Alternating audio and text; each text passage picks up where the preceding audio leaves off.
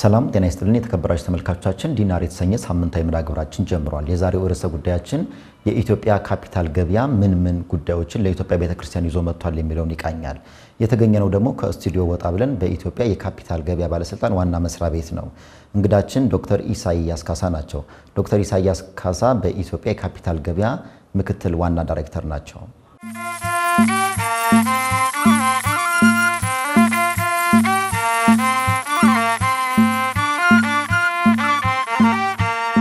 ዶክተር ኢሳይያስ ካሳ እንኳን ተገናኘን። ለመጀመሪያ ጊዜ ነው ከኔ ጋር ስንገናኝ። አመሰግናለሁ። መልካም። አዲስ የተቋቋመው የኢትዮጵያ የካፒታል ገበያ ባለስልጣን ምን ጉዳዮችን በውስጡ ይዟል የሚለውን እንቃኝና ከሱ ጋር በተገናኘ ደግሞ አጠቃላይ ለኢትዮጵያ ቤተክርስቲያንስ ምን አይነት እድሎችን ይዞ መጥቷል የሚለው ይሆናል።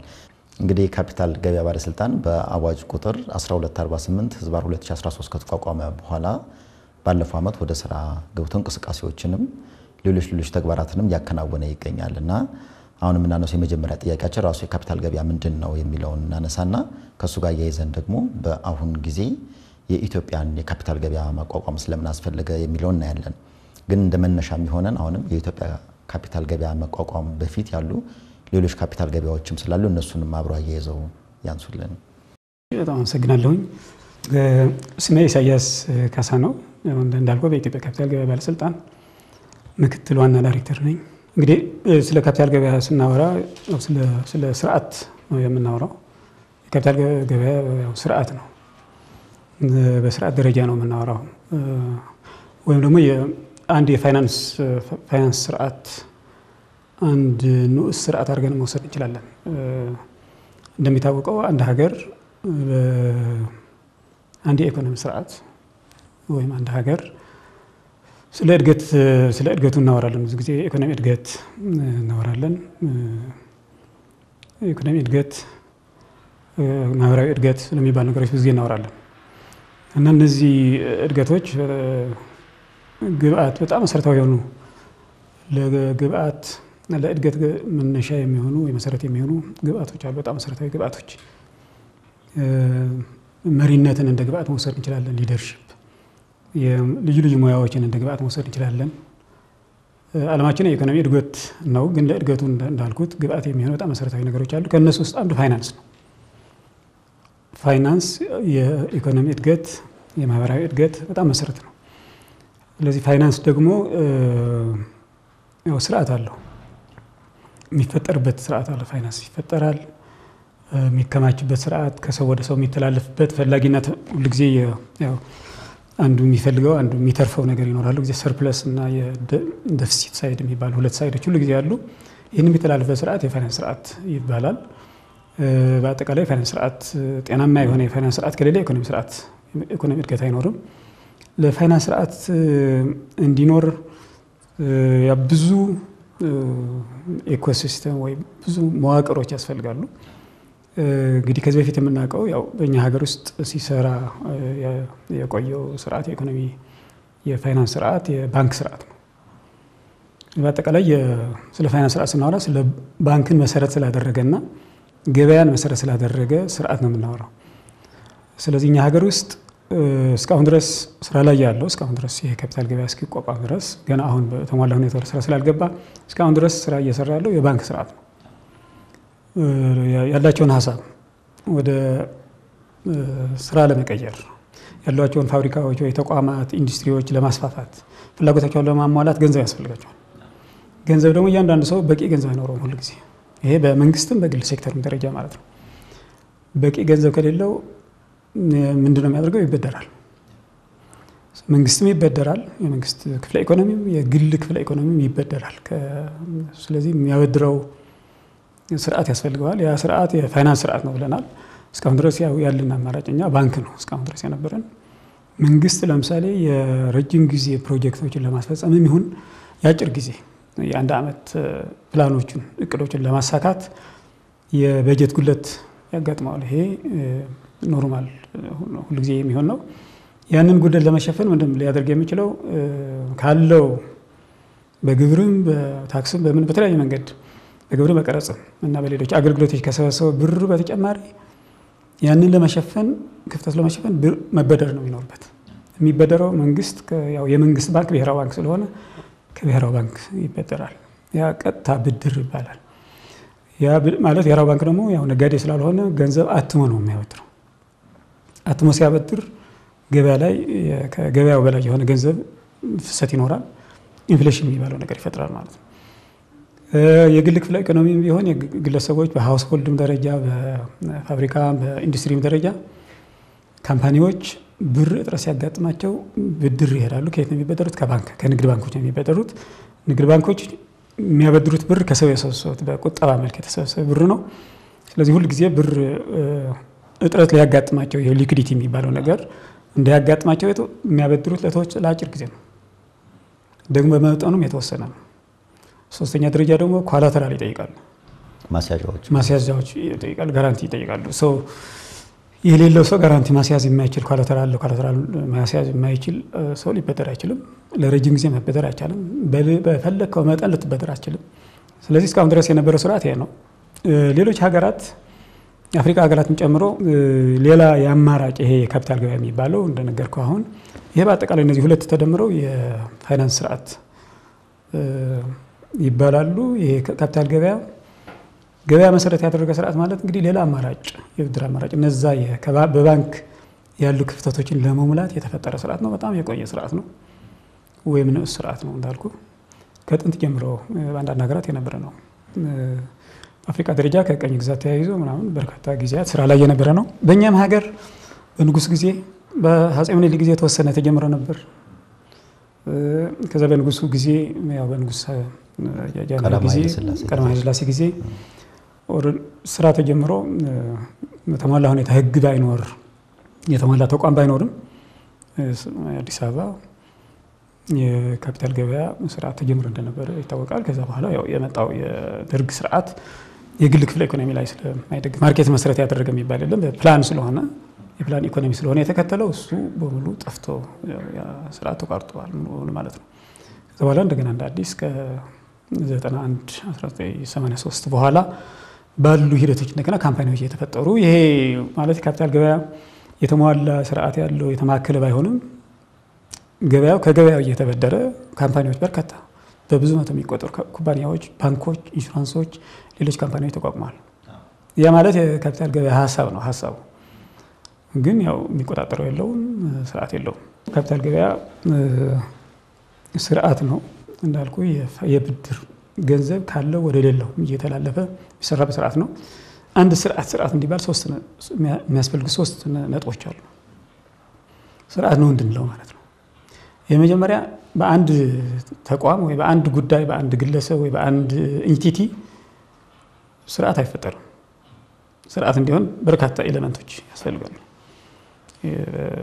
ስርዓት አለ ለማለት ኢንፍራስትራክቸር ያስፈልጋል፣ ህግ ያስፈልጋል፣ ተቋማት ያስፈልጋሉ፣ አሰራሮች ያስፈልጋሉ እና በርካታ ነገሮች ያስፈልጋሉ። ስለዚህ እኔ አሁን ምን እያልኩ ነው? የካፒታል ገበያ ያው ስርዓት ነው። በፋይናንስ አንፃር ካየው ንዑስ ስርዓት ነው ማለት ይችላል። እንደዚህም ራሱ ችሎ ብቻውን ለማየት ከፈለክ ደግሞ እንደ አንድ ስርዓት ነው ማየት ያለበት። ስርዓት ከሆነ በርካታ ኤሌመንቶች ያስፈልጋሉ ብያለሁ። በተቋም ደረጃ፣ ኢንፍራስትራክቸር ደረጃ፣ በህግ ደረጃ፣ በአሰራር ደረጃ። ሌላ አንዱ ስለዚህ ስርዓት ማለት በኤሌመንቶች ወይ በአለባውያን በተለያዩ ሊያቋቁም በሚችሉ ነገሮች ግብአቶች ተሰብስበው የሚያቋቁሙት አንድ እሱ ነው። ሁለተኛ ስርዓት እንዲሆን እነዚህ የተለያዩ ስርዓቱን ያቋቋሙ አካላት የተሳሰሩ መሆን አለባቸው። የሚያስተሳስር አመክንያዊ ትስስር፣ የህግ ትስስር፣ የአሰራር ትስስር ሊኖራቸው ይገባል። ለየብቻቸው ስለተሰበሰቡ ስርዓት ሊሆን አይችልም። ስለዚህ ሁለተኛ ነገር ትስስር፣ እርስ በርስ ሎጂካሊ በአመክንዮ በአሰራር በህግ ሊናበቡ በሚችሉበት ሁኔታ መተሳሰር ነው። ሶስተኛ ደረጃ ዓላማ። አንድ ስርዓት እንዲሆን ዓላማ ሊኖረው ይገባል። ብሎ ስርዓት ተፈጥሮ ዓላማ ከሌለው ዋጋ የለውም። ስለዚህ ከነዚህ አንፃር ስናየው የኢትዮጵያ ካፒታል ገበያ ስርዓት ብንወስድ ለምሳሌ ከተቋማት አንፃር አንደኛ የኢትዮጵያ ካፒታል ገበያ ባለስልጣን አለ። ይሄ አሁን እኔ የባለስልጣኑ ሰራተኛ ነኝ ማለት ነው። ካፒታል ገበያ ባለስልጣን መመሪያዎችን፣ አሰራር ስርዓቶችን፣ የፖሊሲዎችን እያመነጨ ስርዓቱን በሬጉሌት የሚያደርግ ሬጉላቶሪ ተቋም ተቆጣጣሪ ባለስልጣን ነው። ይሄ ተቋም አለ። ይሄ ተቋም በጣም በርካታ መመሪያዎችን አዘጋጅተዋል። ላለፉት 2 ዓመታት አሰራር ስርዓቶችን ዘርግተዋል። ፈቃዶች እየሰጠ ነው። ፈቃድ ይሰጣል፣ ይቀጣል። ችግር እንዳይኖር፣ ሲስተሚክ ሪስክ እንዳይኖር ፌር የሆነ ወይም በፍትህና በርትዕ የተሞላ ስርዓት እንዲኖር በማድረግ ረገድ ስራ ይሰራል።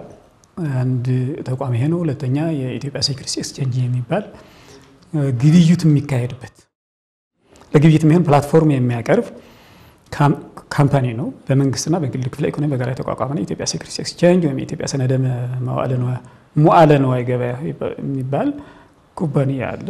እሱም አንድ ትልቅ ተቋም ነው ማለት ነው። በዚህ ተቋም ውስጥ ትራይቡናል አለ፣ የፍርድ ቤት በካፒታል ገበያ የሚፈጠሩ ግጭቶች ሊፈታ የሚችል አስተዳደር ፍርድ ቤት አለ። እሱም ተቋቁሟል ኦልሬዲ። ከዚህ ውጪ ይሄ ስርዓት እንዲሰራ ፋንክሽናል እንዲሆንና ሰዎች እንዲገናኙ ብር ያላቸው ወደ ገበያው እንዲያቀሩ እነዚህ ሰነድ መዋዕለ ንዋዮች ያሏቸው ለመሸጥ እንዲችሉ እነዚህ የሚያመቻቹ መሀል ላይ የሚሰሩ ኢንተርሚዲየሪስ አሉ። ኢንቨስትመንት ባንኮች ይባላሉ። ለምሳሌ 2 ኢንቨስትመንት ባንኮች ፈቃድ ሰጥተናል። ወጋገን ካፒታል እና ሲቢኢ ካፒታል የሚባሉ ደላሎች አሉ፣ ብሮከርስ፣ የኢንቨስትመንት አማካሪዎች አሉ። እነዚህ ወደ 10 የሚሆኑ ወደ 9 የሚሆኑት ካምፓኒዎች ናቸው። እነዚህ ኩባንያዎች ናቸው። ለእነዚህም ፈቃድ ሰጥተናል ማለት ነው። በተቋም ደረጃ እስካሁን ድረስ የሲኤሲዲ የሚባል ሴኩሪቲስ ሴንትራል ዲፖዚተሪ የሚባል በብሔራዊ ባንክ ስር ያለ ፕላትፎርም አለ። የሰትልመንት ስራዎች የሚሰራ ተቋም እሱ ኦልሬዲ ስርዓት ነው። ከስርዓት አንጻር ካየ ነው ማለት ነው። እና ሌሎች አሁን እኛ ሰርቬይላንስ ሲስተም አለ፣ ገበያውን የምንቆጣጠርበት ሲስተም አለ። እነዚህ ሁሉ ተቋቁሞ በጋራ ሆኖ በህግ በአሰራር እና በቴክኖሎጂ ኢንተርኦፐራብል ሆኖ እርስ በርሳቸው የሚናበቡ ሆነው የስርዓት ተፈጥሯል። እንዳልኩ ሌላ የሚመጣው እንግዲህ ዓላማ ነው። ጥያቄ ለምንድን ነው የተቋቋመው? ይሄ ተቋም ምንድን ነው የሚያደርግልን የሚለው ነገር ነው። ቀደም ብዬ ለማለት እንደመኮርኩት የፋይናንስ ስርዓት ነው። ፋይናንስ አለ፣ በየቦታው ገንዘብ ይኖራል፣ የተቀመጠ ገንዘብ። ሰዎች ባንክ ውስጥ በተለያየ ምክንያት ሊያስቀምጡ ይችላሉ። ለምሳሌ ኢንፍሌሽን ስላለ ባንክ ውስጥ ቢቀመጥ ገንዘብ እየጎደለ የሚሄደው፣ ስለዚህ ባንክ አላስቀምጥም ሊሉ ይችላሉ። ኢንቨስት እንዳያደርጉ እንዳይሰሩ ደግሞ የተወሰነ ሊሆን ይችላል ገንዘባቸው። እንደዚሁም አቅምም ላይኖራቸው ይችላል። ስለዚህ እነዚህ ጉድለቶች፣ እነዚህ ምክንያቶች ኢንቨስት እንዳያደርጉት ብር በየቤቱ በየኪሱ እንዲቀመጥ ያደርጋል። ገበያ ላይ እንዲህ አሁን ብር እያለ በገበያ ላይ የገንዘብ ጉድለት አለ። ጊዜ የሊኩዲቲ ችግር ያጋጥማል፣ የገንዘብ እጥረት አለ። ሰው በየቤቱ ይዞታል ማለት ነው። ስለዚህ ይሄ ካፒታል ገበያ ምንድነው የሚፈጥረው? ያው ስለ ዓላማው እያወራሁ ነው። ምንድነው እየፈጠረ ያለው? በገንዘብ አላቸው ገንዘባቸው ኢንቨስት ማድረግ በሚፈልጉና ኢንቨስትመንት ሀሳብ ያላቸው አዲስ ሀሳብ አመንጭተውም ሊሆን ይችላል፣ ያላቸው ሀሳብ ለማስፋፋት ሊሆን ይችላል። በእነዚህ ሰዎች መካከል ያለ ክፍተት ይሄ ስርዓት ምቹ ሁኔታ ይፈጥራል ማለት ነው። ስለዚህ የካፒታል ገበያ በእኛ ሀገር ያው ዘግይቶ ነው የመጣው። ብዙ ጊዜ እንዳልኩ ሙከራዎች ተደርጓል። ከዚህ በፊት ከ10 ምናምን ዓመት በፊት ጥናት ቀርቦ ለካቢኔ የካፒታል ገበያ እንዲጀመር ተብሎ ነበር። በወቅቱ ሬጉሌት ማድረግ አንችልም፣ ከአቅማችን በላይ ነው። ስለዚህ ሬጉሌት ማድረግ አንችልም በሚል ምክንያት እንዲቆይ ተደርጓል። አሁን ባለፈው 2 ዓመት አዋጅ የወጣው በ2013 ነው። የተቋም ካፒታል ገበያ የተቋቋመው 2015 ነው የሚሆነው። ስለዚህ 2 ዓመት ከምናምን ነው ከተቋቋምን።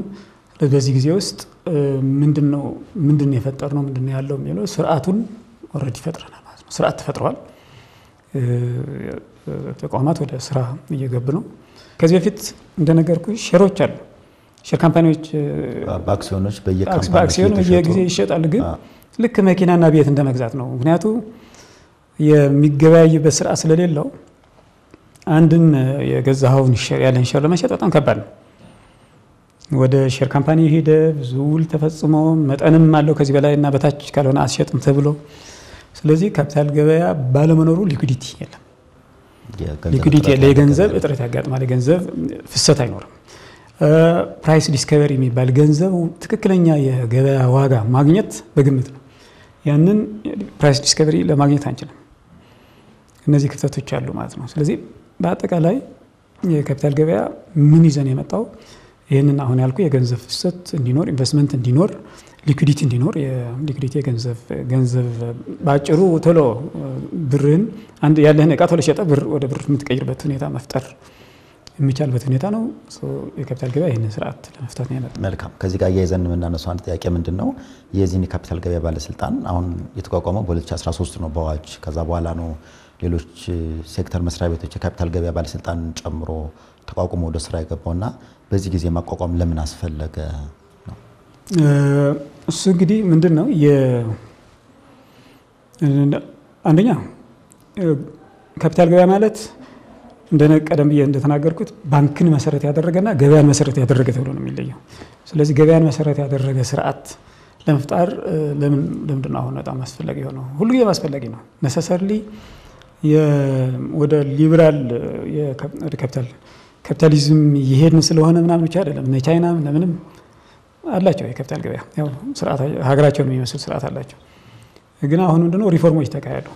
ፋይናንሻል እንደምታውቀው የማክሮ ኢኮኖሚክ ሪፎርም ተካሄደ። በማክሮ ኢኮኖሚክ ሪፎርም ውስጥ በጣም ቁልፍ አንዱ ፋይናንሻል ሪፎርም የሚባለው ነው። ስለዚህ ማርኬቱ ኦፕን የሆነ ነው። ኦፕን ሆነ ማለት ያው ማርኬት በውድድር ይሆናል ማለት ነው። ስለዚህ አንዱ ድራይቪንግ እንትኑ ይሄ የሪፎርም ነው። የፋይናንሻል ሴክተር ውስጥ ያለው የፋይናንሻል ማክሮ ኢኮኖሚክ ሪፎርም ውስጥ ደግሞ ፋይናንሻል ሪፎርም ተካሂዷል። ከገንዘብ ጋር ሆምግሮውን ምናምን ስለሚባል ነገር ያው ሰምተሃል። ስለዚህ የገንዘብ ሪፎርም የሚካሄድ ከሆነ ገበያን መሰረት ያደረገ ስርዓት መፈጠር አለበት ማለት ነው። ያው ባንክ ገበያ መሰረት ያደረገ ብዙ ጊዜ አይደለም የሚወስኑ አካላት አሉ። በጣም ብዙ አካላት አሉ።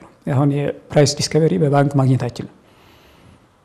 አሁን ግን ገበያ በገበያ ነው ዋጋ አንድ ነገር ዋጋ አንድ አክሲዮን ዋጋ የአንድ ኩባንያ ዋጋ ምን ያክል ነው ዋጋው ምናምን የሚለው ነገር ከዚህ በፊት በግምት ሰዎች እንዳቀረቡልህ ምናምን ነው። አሁን ግን ማርኬቱ ራሱ አይደንቲፋይ ያደርገዋል ማለት ነው። በማርኬቱ ይገኛል። ለምንድነው አሁን የተባለው? ያው የመንግስት ውሳኔ ነው። መንግስት ደግሞ ሪፎርም ማድረግ ወሰነ። ያው ብዙ ምክንያቶች አሉ። መልካም። ወደ ደግሞ ስርዓተ ምህዳሩን እንምጣ። በተለይ የካፒታል ገበያ ስናነሳ ከካፒታል ገበያ ጋር ተያይዞ የሚመጣ ስርዓተ ምህዳር ወይ ደግሞ ኢኮሲስተም ኦፍ ካፒታል ማርኬት የሚባሉት ናቸው። ምን ጉዳዮችን ይዟል? በዚህ ኢኮሲስተም ውስጥ አንድ እንደነገርኩ ስርዓት ነው ካልን ወይም ስርዓት ነው ካልን በኢኮሲስተም ነው ማለት ነው። ስለዚህ በኢኮሲስተም ውስጥ በጣም ቁልፍ የሆኑ አካላት አሉ ስርዓቱ እንዲሰራ ማለት ነው። ስለዚህ የመጀመሪያ ደረጃ ገበያው የተፈጠረው ለደላላ ለብሮከር ወይ ለተቆጣጣሪ ለምናምን አይደለም። ኢሹወርና ኢሹወሮች አሉ እንትኑ ኢሹ የሚያደርጉ ሰነደ መዋዕለ ንዋዩን የሚያወጡ ሰዎች አሉ ማለት ሀሳባቸው መሸጥ የሚፈልጉ ማለት ነው። ስለዚህ ሀሳብ ለመሸጥ ስትፈልግ የምታደርገው ነገር ወይ ካለ ከሀብትህ የተወሰነውን ታካፍላለህ ማለት ነው። 100% ያንተ የነበረውን 50% ልሽጠው ለህዝብ። ስለዚህ ብር በዛ ሰብስቤ ኢንቨስትመንት ላስፋፋ ትችላለህ። ስለዚህ አንተ 50 ይዘህ ትቀራለህ ማለት ነው። ወይ ደግሞ የብድር ሰነድ በማዘጋጀት ቦንድ የተባለ የሚጠራውን የብድር ሰነድ ከዚህ በፊት ያው መንግስት ነው ብድር ሰነድ ማዘጋጀት የሚችለው እኛ ሀገር። አሁን ግን ስርዓቱ ኦልሬዲ ተፈጥሯል። ኩባንያዎች የግል ሴክተሩም ኢሹ ያደርጋል ቦንድ። ስለዚህ ለ20 ዓመት ለምናምን ብድር ይሰበስባል ማለት ነው፣ ወረቀት እየሰጠ ማስረጃ እየሰጠ። ስለዚህ ይሄንን ስርዓት እየፈጠረ ነው። ስለዚህ ዋናዎቹ በዚህ ተዋናያን ዋና ቁልፎቹ ምንድናቸው? ሰነድ የሚሸጠውና ያንን የሚገዛው ሰዎች ናቸው። ካፒታል ገበያ ማለት ገበያ ነው አይደለም? ልክ ገበያ ነው። ከእንደ መርካቶ ማሰብ ትችላለህ። ስለዚህ ገበያ ላይ ደግሞ ብዙ ጊዜ እቃ የሚቀርብ እቃ አለ፣ ገዢ ያለ፣ ሻጭ አለ። ስለዚህ ገዢና ሻጮች ምንድን ናቸው? አንደኛ ኢሹወሮች ብላቸው ኩባንያዎች ናቸው። መንግስትም ኩባንያም የግል ኩባንያዎችም መንግስትም ናቸው ኢሹ የሚያደርጉ። መንግስት ቦንድ ሐሳብ አምጥተው ያን ሐሳብ ያንን ገንዘብ ይፈልጋሉ። ስለዚህ ገንዘብ ሲፈልጉ ምንድን ነው የሚያደርጉት? መንግስት ለምሳሌ የልማት ድርጅቶች ከሆነ ምን ያደርጋል? ለምሳሌ ኢትዮ ቴሌኮም ላይ እንዳደረገው 10% ይሸጠዋል። በዛ ብር ይሰበስባል፣ የፕሮጀክቶችን ያስፈጽማል ማለት ነው። ሰዎች ደግሞ ባለቤት ይሆናሉ፣ ቁጭ ብለው ትርፍ ይቀበላሉ ማለት ነው። ከዛ የሼር ባለቤቶች ናቸው፣ የዛ የካምፓኒ ባለቤት ናቸው ማለት ነው። ተሳታፊ ይሆናሉ ማለት ነው። ሼር አላቸው ማለት ነው። በሌላ በኩል በብድር መልክ ከሆነ ደግሞ በቦንድ መልክ ከሆነ ደግሞ ቦንድ በየጊዜው ወለድ እየተቀበልክ ከገበያ ላይ ካለው ወለድ የተሻለ ስለሆነ ነው ቦንድ የምትገዛው። በዚህ መልኩ ቦንድ መንግስት ቦንድ ሊሸጥ ይችላል። የግል ክፍለ ኢኮኖሚውም እንደዚህ ማለት ነው። ስለዚህ እነዚህ ኢሹወሮች፣ ስለዚህ ቁልፎች እነማን ናቸው? ኢሹ የሚያደርጉ ወይም ሰነዱን የሚያወጡና ያንን የሚገዙ ናቸው። ሌላው ካፒታል ገበያ ባለስልጣን ምን ያደርጋል በዚህ ውስጥ ሊፈጠሩ የሚችሉ ችግሮች እንዳይኖሩ ፍትሃዊ እንዲሆን ሲስተሚክ ሪስክ እንዳያጋጥም ይህንን ሬጉሌት ያደርጋል። ያው መንግስት ሁሉ ጊዜ ትራንዛክሽን ኢንተራክሽን ባለበት ቦታ ሁሉ ጊዜ ሬጉሌት ማድረግ ይፈልጋል አይደል? ስለዚህ መንግስት ወክሎ ይህንን ባለስልጣን ያደርጋል። ሌላ በጣም ቁልፍ የሚሆነው በዚህ ውስጥ እነዚህ አሁን አስፈጻሚዎች ናቸው ማለት ነው ጉዳዩ ስሙዝ እንዲሆን። ሌላው የኤክስቼንጅ የሚባለው ወይም የሰነድ መዋዕለ ንዋይ ገበያ የሚባለው ተቋም ነው። እሱ ምንድነው ፕላትፎርምን እያቀረበ ያለው አሁን መርካቶ ማለት ነው። እሱ የገበያው ቦታ እንደማለት ኤሌክትሮኒክ ፕላትፎርም ነው። በሞባይልህ በምናምን ነው ወደፊት አክሰስ የምታደርገው ስሩ ብሮከርስ። ስለዚህ እሱ ገበያ ማለት ያው መድረክ ነው እሱ። ስለዚህ የግብይት መድረክ ነው። ስርዓት ባለው መንገድ እንድትገበያየ እዛ ታያለህ፣ ገበያውን ሁኔታ ታጠናለህ፣ ከዛ ተመስርተህ ትገዛለህ ትሸጣለህ ማለት ነው። ኦኬ ስለዚህ ኒውዮርክ ስቶክ ኤክስቼንጅ ነው ላይ እንደምናየው እንደዚህ አይነት ነገር። ሌሎች የሲኤስዲ አሁን የሴንትራል ዲፖዚተሪ ማለት ምንድነው? አሁን እኔ አሁን ሸጥኩልህ ምሳሌ እኔ የሆነ ባንክ ወይ የሆነ ኩባንያ ሼር አለኝ ብር ፈለኩ እሸጥልሃለሁ። አሁን ምንድነው በሞባይል ለብሮከር እነግራለሁ እንደዚህ እኔ ያክል ሼር አለኝ እሸጥልኝ እለዋለሁ። ሌላ የሚፈልግ ሰው ደግሞ እኔ ያክል ገዛለሁ ይለዋል። የመሻሻጥ የሚካሄደው በኤክስቼንጅ ፕላትፎርም ላይ ነው። ነገር ግን ገንዘብ ወደ ኪሴ መምጣት አለበት ማለት ከሸጥኩልህ ገንዘብ ወደ ኪሴ መምጣት አለበት። ስለዚህ ባንክ ውስጥ ገንዘብ አካውንት ውስጥ ገንዘብ መኖር መረጋገጥ አለበት። ያንን የሚያረጋግጠው ሲኤስዲ የሚባል ሴንትራል ሴኩሪቲ ሴንትራል ዲፖዚተሪ የሚባል ሲስተም ነው። ከአርቲጂኤስ ጋር የተገናኘ ነው። ከባንኮች ጋር የተሳሰረ ነው። ምን ያደርጋል? አውቶማቲካሊ አንተ ውስጥ አካውንት ውስጥ ብር ቆርጦ ወደ እኔ አካውንት ከኔ የሴኩሪቲ አካውንት ወይም የሰነድ መዋዕለ ንዋይ አካውንት ነው የሚሆነው። ልክ እንደ ብር አካውንት ነው የሚሆነው፣ ወረቀት አይደለም። ዲማቴሪያላይዜሽን ይባላል እሱ። ከሱ ቆርጦ ወደ እኔ ያስተላልፋል። ስለዚህ ሰትል ያደርጋል። ይሄን ስራ የሚሰራ ስለዚህ ከአንደኛው ገንዘብ ይወስዳል፣ ከአንደኛው ደግሞ ከሰነድ መዋዕለ ንዋይ ዲፖዚት ነው ወደዛ አውቶማቲካሊ ሳንገናኝ እንገበያያለን። ይሄ ስራ አሁን ኦልሬዲ ስርዓቱ አለ ማለት ነው። በብሔራዊ ባንክ ስር ነው ያለው እና ሌሎች ያው ፍርድ ቤቱ አለ ኢኮሲስተም ውስጥ ሌሎች ደላሎች፣ አማካሪዎች እና ብዙ ስራ የሚሰሩ ተቋማት አሉ ማለት ነው። ስለዚህ እነዚህ ሁሉ ኢኮሲስተም መፍጠር በ2 ዓመት ተኩል ምናምን ነው ይሄ ስርዓት የተፈጠረው። እንዳልኩ አዋጁ ቀደም ብሎ የነበረ ቢሆንም በትክክል ያው በፕሮጀክት ደረጃ ምናምን ነበረ። ሆኖ መንግስት ዋና ዳይሬክተር ቦርድ ምናምን ሰይሞ ይሄ ተቋም ያቋቋመው ከ2 ዓመት ተኩል በፊት። ስለዚህ ኦልሬዲ አሁን ምን ደረጃ ላይ ነው ያለነው? አሁን ስርዓቱ ኦልሬዲ ተፈጥሯል ማለት ነው። አንድ ጥያቄ ብቻ ወደ ሶል ሰንዘር በተለይ ደግሞ እኛም ከመጣንበት ዓለም አንፃር የኢትዮጵያ ኦርቶዶክስ ተዋሕዶ ቤተክርስቲያን አለች። አንድ ትልቅ ራሷን የቻለች ተቋም ናትና እንደዚህ አይነት የኢትዮጵያ ካፒታል ገበያ ባለስልጣን ሲቋቋም ለኢትዮጵያ ቤተክርስቲያንስ ምን እድሎች ይዞ መጥቷል ይላሉ? እንግዲህ የኢትዮጵያ ቤተክርስቲያን በኢትዮጵያ ውስጥ ካሉ ማለት በረጅም ዘመናት ያስቆጠረው ትልቅ ተቋም ናት። እንደ ቤተክርስቲያን ስናማት ዝም ብለን እንደ ኢትዮጵያዊ ተቋም ካየን ማለት ነው። ኢትዮጵያ ኦርቶዶክስ ተዋሕዶ ቤተክርስቲያን እንደ ቤተክርስቲያን ማለት አንድ ነገር ሆኖ ግን እንደ ተቋም ስንመለከተው ከስቴቱ ጋር ኦልሞስት የሚመጣጠን እድሜ ያለው ቤተክርስቲያን ተቋም ነው። ይሄ ተቋም ብዙ ምእመን ብዙ ተከታይም ያለው ተቋም ነው። ግን ማለት ከምእመናን በተጨማሪ ብዙ ተቋማት በተቋም ኢትዮጵያ ኦርቶዶክስ ተዋሕዶ ቤተክርስቲያን በስሩ በጣም ብዙ ተቋማት አሉት። የልማት ተቋማት አሉት። ያው ራሱ ተቋሙ ማለት ቤተ ክህነቱም ራሱ የቻለ ህጋዊ ሰውነት ያለው ተቋም ነው። እነዚህ ሁሉ ስንመለከት ብዙ ይሄ ቤተክርስቲያን ብዙ ጸጋዎች ያሉት ቤተክርስቲያን ብዙ ጸጋዎች አሉት። ብዙ ገዳማት አሉ፣ ብዙ ህንጻዎች አሉ። ወደ ከተማ ስንመጣ ለምሳሌ አዲስ አበባ ብቻ እንኳን ብዙ ሪሶርስ አለ፣ ብዙ ሀብት አለው። እንደ ተቋም እንደ ቤተክርስቲያን በስሩ ያሉ ተቋማት አሉ። እነዚህ ሁሉ ተቋማት ሀብት አላቸው።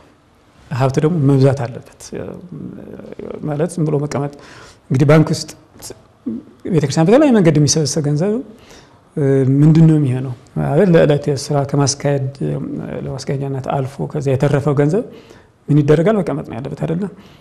ስለዚህ ያ ገንዘብ ግን ዝም ብሎ ባንክ ውስጥ ሳይሆን መቀመጥ ኢንቨስት ቢደረግ ምክንያቱም ቤተክርስቲያን ያው የልማትም ተልእኮ እንዳላት ይነገራል። ቤተክርስቲያን መንፈሳዊ ተልእኮ ብቻ አይደለም፣ ያው በተግባርም የምትሰራቸው የልማት ስራዎች አሉ፣ ድጋፍ ታደርጋለች። እነዚህ ለማድረግ ያላትን ሀብት ኢንቨስት ማድረግ በመጽሐፍ ውስጥ እንጀራህን በውሃ ፊት ላይ ጣለው ከጊዜ በኋላም ታገኘዋለህ ይላል። ማለት ብዙ ትርጉም ሊኖረው ይችላል። ግን ምን ማለት ነው? ሰው እንዴት ነው እንጀራ ውሃ ውስጥ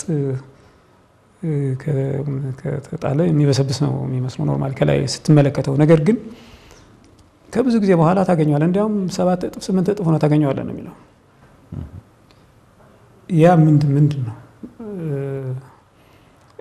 ብዙዎች ይሄ ስለ ኢንቨስትመንትም ያው እንደነገርኩ መንፈሳዊ ነገር ነው፣ ስለ ብዙ ነገር ሊያወራ ይችላል። ግን ስለ ኢንቨስትመንትም ጭምር ነው። ያለ እንጀራ ዝም ብለህ በውሃዎች ላይ ጣለው። ውሃዎች የህዝቦች የሰዎች ምሳሌ ሊሆን ይችላል። ስለዚህ ታገኘዋለህ፣ መልሰህ ታገኘዋለህ፣ በስቶ ታገኘዋለህ፣ 7 ሆኖ 8 ሆኖ ታገኘዋለህ ነው የሚለውና ቤተክርስቲያን ውስጥ ብዙ ሀብት አለ። ደግሞ ብዙ ተልእኮም ይኖራል። ያው ብዙ ስራዎች አሉ። ለነዛ ስራዎች ቤተክርስቲያን ሼሮች መግዛት ይችላለች፣ ቦንድ መግዛት ይችላለች። ብሩ ዝም ብሎ ከሚባክን ባንክ ውስጥ ከሚቀመጥ ማለት ነው። ከዛ በላይ ግን አንድ ኮሌክቲቭ ኢንቨስትመንት ስኪም ይባላል። ገና አሁን እየተዘጋጀ ያለ መመሪያ ገና ወደ መጨረሻ አካባቢ እየደረሰ ነው። እሱ ምንድነው? ለምሳሌ አንድ ህንፃ የእንትን ምንጭ ሊሆን ልታደርገው ይችላለች ቤተክርስቲያን። የኢንካም ጀነሬቲንግ የሚባሉ በዚህ በኮሌክቲቭ ኢንቨስትመንት ስኪም በሚባሉ ሰዎች ከክራይ እንዲያገኙ በማድረግ እንደመሸጥ አይነት ቤተክርስቲያን ለዚህ አይነት ስኪም ብዙ ህንፃዎች ልታዘጋጅ ይችላለች እና በጣም የብዙ የገቢ ምንጭ ሊሆን ይችላል እና እንደ ተቋም ሀብትም እንዳለው ተቋም ብዙ ተቋማት በስሩ እንዳለው ተቋም የካፒታል ገበያ ያው የኢንቨስትመንት እድል ነው። ስለዚህ እንደዚህ እና ምዕመናንም ኢንቨስት እንዲያደርጉም ቤተክርስቲያን ታስተምራለች ብለናል። ስለዚህ አንድ ስራ አንድ ተልእኮ ስለሆነ በዚህ ይህንን አጋጣሚ ለሀብት ያላቸው ያው እንግዲህ ሀብት ሲባል ኢንቨስትመንት ስንልኛ ኢንቨስተር ማለታችን አይደለም፣ ትልቅ ኢንቨስተር ማለታችን አይደለም። 20,000 10,000 5,000 ያለው ሰው ኢንቨስት የሚያደርግበት እድል እየተፈጠረ ስለሆነ ሁሉም ሰው ነቅተው ወደ ኋላ መቅረት ሳይኖርበትም ነቅተው ኢንቨስት የሚያደርግ ኪስ ውስጥ ከሚያስቀምጥ ገንዘብ ዝም ብሎ ባንክም ከሚቀመጥ ኢንቨስት ቢያደርገው ይሄ ለቤተክርስቲያን እንዳልኩ በጣም ትልቅ እድል ይዞ እንደመጣ መናገር ይቻላል። መልካም ዶክተር ኢሳያስ ካሳ፣ ምናልባት ደግሞ ከዚህ ጋር ማብረን ማንሳት የምንችለው ነገር የካፒታል ገበያ ጋር ፈሳስ የሚደረጉ መዋዕለ ንዋዮች ትሬስ መደረግም ይችላሉ። የትኛው ገንዘብ ምን አይነት ስራ እየተሰራበት ነው የሚለው እና ቤተክርስቲያን ራሱ ካለችበት አጠቃላይ አስተምሮም ከተመሰረተችበት ዓላማ አንፃር ባንክ ካስቀመጠችው ገንዘብ ይልቅ እንደ አይነት ኢንቨስትመንት ጋር የተቀመጠው ገንዘብ ቢኖር ምን አይነት ስራ እየሰራ ነው ገንዘቡ የሚለውንም ትሬስ ለማድረግ ወይ ደግሞ ለመከታተልም ይረዳታል። እኔ ከዚህ ጋር ማብራሪያ የማነሳው አንድ የመጨረሻ ጥያቄያችን ነው የሚሆነው ይሄ የኢትዮጵያ የካፒታል ገበያ ባለስልጣን አሁን የኢትዮጵያ ቤተክርስቲያን በጣም በርካታ ምዕመናን አላት።